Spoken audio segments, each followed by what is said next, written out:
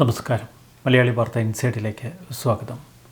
2025 കേരളത്തെ സംബന്ധിച്ച് ഭയപ്പെടുത്തുന്ന വാർത്തകളുടെ ഒരു കാലഘട്ടമാണ്.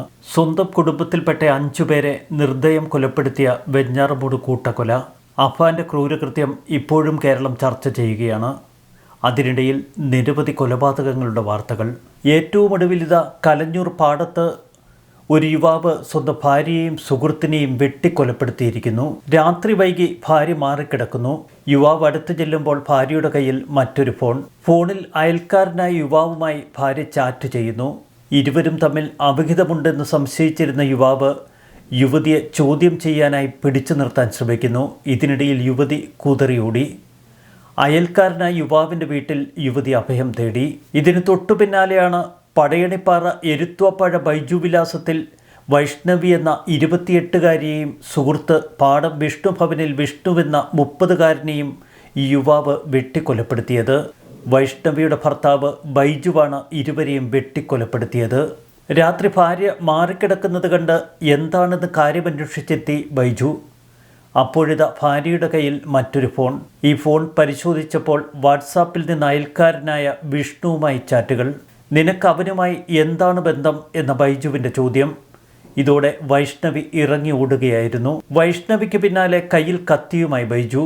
വൈഷ്ണവിയെ പുറത്തേക്ക് വിളിച്ചെങ്കിലും ഇറങ്ങിച്ചെന്നില്ല.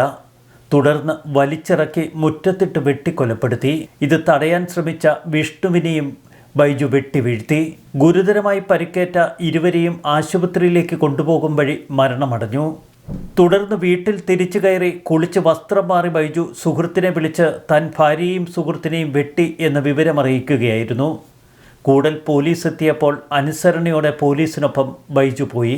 നായർ സമുദായത്തിൽപ്പെട്ട വൈഷ്ണവിയെ ഈഴവ സമുദായക്കാരനായ ബൈജു പ്രണയിച്ച് വിവാഹം കഴിക്കുകയായിരുന്നു. ഇവർക്ക് 5 വയസ്സുള്ള 2 കുട്ടികളുണ്ട്. വിഷ്ണു കുറിഞ്ഞി സ്വദേശിയാണ്. അവിവാഹിതനായ ഇയാൾ മാതാവിനൊപ്പമാണ് അവിടെ താമസം.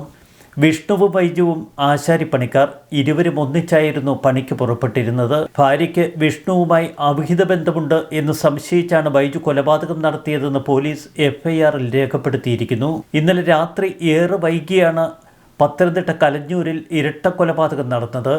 മൃതദേഹങ്ങൾ പത്തനംതിട്ട ജനറൽ ആശുപത്രിയിൽ സൂക്ഷിച്ചിരിക്കുന്നു. ബൈജുവിനെ വിശദമായി ചോദ്യം ചെയ്യുകയാണ് എന്ന് പോലീസ് അറിയിച്ചു. 2025 പിറന്ന് 2 മാസങ്ങൾ. കഴിഞ്ഞ 2 മാസത്തിനിടയിൽ കേരളത്തിൽ നടന്നത് 63 കൊലപാതകങ്ങൾ എന്ന് കണക്ക്. 30 കൊലപാതകങ്ങളിലും ലഹരി ബന്ധമെന്നാണ് പോലീസ് പറയുന്നത്. രാസലഹരിയോ മദ്യമോ ഉപയോഗിച്ചതിന് ശേഷം കൊലപാതകം നടത്തിയ കേസുകളാണിവ. ഇനിയാണ് നടക്കുന്ന മറ്റൊരു സത്യം. ഇവയിൽ 50 കൊലപാതകങ്ങൾ വീടിനുള്ളിൽ നടന്നതോ സുഹൃത്തുക്കളുമായുണ്ടായ വഴക്കിനെ തുടർന്ന് സംഭവിച്ചതോ. ഇക്കൊല്ലമുണ്ടായ കുറ്റകൃത്യങ്ങളിൽ 20% ലഹരി ബന്ധമുള്ളതാണ് എന്ന് പോലീസ് വ്യക്തമാക്കി. കേരളത്തിൽ ലഹരിയുടെ ആവശ്യക്കാർ ഓരോ ദിവസവും കൂടി വരുന്നു. ക്രമസമാധാന ചുമതലയുള്ള ADGP മനോജ് എബ്രഹാം പറയുന്നു, രക്ഷിതാക്കൾ തികഞ്ഞ ജാഗ്രത പുലർത്തണം. നഗരങ്ങളിലും ഗ്രാമങ്ങളിലുമൊക്കെ ലഹരി വസ്തുക്കൾക്ക് ഒരുപോലെ ആവശ്യക്കാരുണ്ട്. സ്കൂളുകൾ, കോളേജുകൾ, IT പാർക്കുകൾ എന്നിവിടങ്ങളിൽ പോലീസ് ബോധവൽക്കരണവും പരിശോധനയും നടത്തുമെന്ന് മനോജ് എബ്രഹാം പറഞ്ഞു. മയക്കുമരുന്നിന്റെ സ്വാധീനം മാത്രമല്ല, അടുത്ത കാലത്തിറങ്ങുന്ന വയലൻസ് കുത്തി നിറഞ്ഞ സിനിമകളും മലയാളികളുടെ മനസ്സിന്റെ ചിന്താഗതിയെ മാറ്റിമറിക്കുന്നു. മനുഷ്യജീവനെ കത്തികൊണ്ട് നിസ്സാരമായി അരിഞ്ഞു തള്ളുന്ന ന്യൂജൻ സിനിമകൾ. ചോരയിൽ കുളിച്ച് മാസ് ലുക്കിൽ നിൽക്കുന്ന നായകൻ മാർക്കോ തുടങ്ങിവെച്ച ഈ ക്രൂരവേട്ട ഇപ്പോൾ കേരളത്തിൻ്റെ മനസ്സുകളെ തളർത്തിക്കളഞ്ഞു. സ്ക്രീനിൽ ചോര തെറിക്കുമ്പോൾ ആഘോഷത്തോടെ കൈയടിക്കുന്ന ന്യൂജൻ പ്രേക്ഷകർ.